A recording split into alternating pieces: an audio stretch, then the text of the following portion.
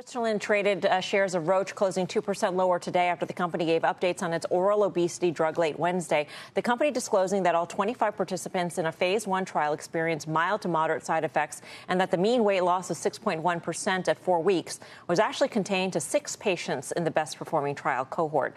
Roche's U.S. traded ADR meantime closing almost 4% higher. For more, we are joined by Manu Chakravarthy, Roche's global head of cardiovascular, renal and metabolism, product development.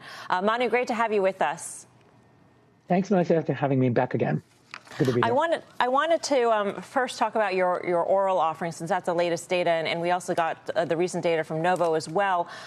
Can you talk us through why there was so much nausea that you saw in terms of the adverse events for this group, and tell us exactly how you can sort of reduce that, because reducing it would mean probably slower titration or more slowly increasing the dosing, which would then stretch out the time frame for the weight loss.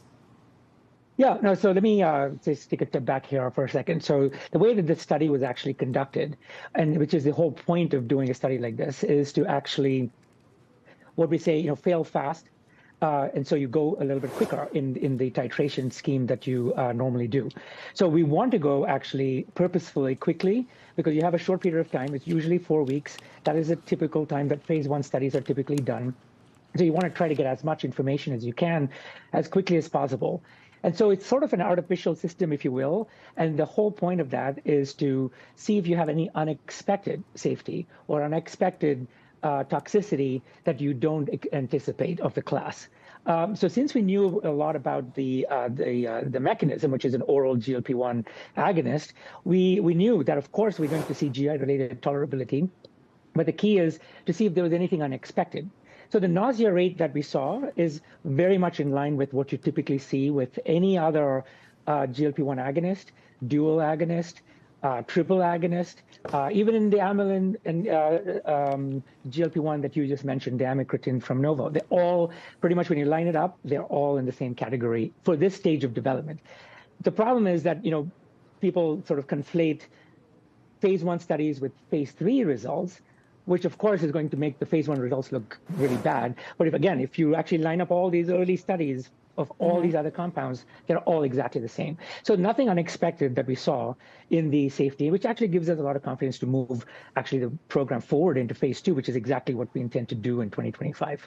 How about the 6 patients part of this whole thing? I mean, that's another part that investors are concerned about. And so, when you're thinking about the next trial, how are you thinking in terms of the size? How are you thinking in terms of timing and titration as well, dosing? So thanks for the opportunity to clarify that. So when we do this study, we actually split up the groups into the cohorts of 6, which is, again, a very typical type of, the sample size that you have. So the data, you have to look at it from the totality, right? So in each cohort, there were 6 patients along with the placebo. The placebo response was about 1.2%, so which tells you that it's exactly in line with what others have shown. So the placebo effect is very much consistent with the class, if you will, of the weight loss category.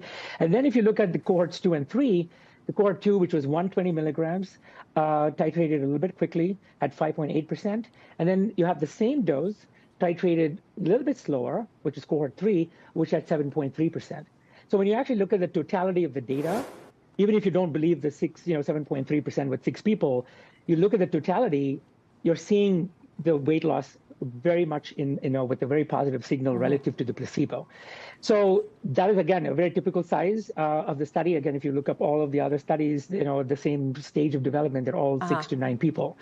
So in regarding to your question about the titration, so in fact, in the same study, not only did we show the replication of weight loss between 2 different cohorts, which is really reassuring, but actually, when you actually look at the slower titration group, the cohort 3, that actually had more weight loss. So this notion of slowing down titration is going to worsen efficacy. I'm not sure that's really justified, because our data from 996, as well as from our injectable, which was the CT388, both of them actually showed very similar trajectories, even when you slowed down the titration. So we don't anticipate efficacy to be impacted. In fact, if anything, when we slow down the titration, we would expect the tolerability to be even further improved.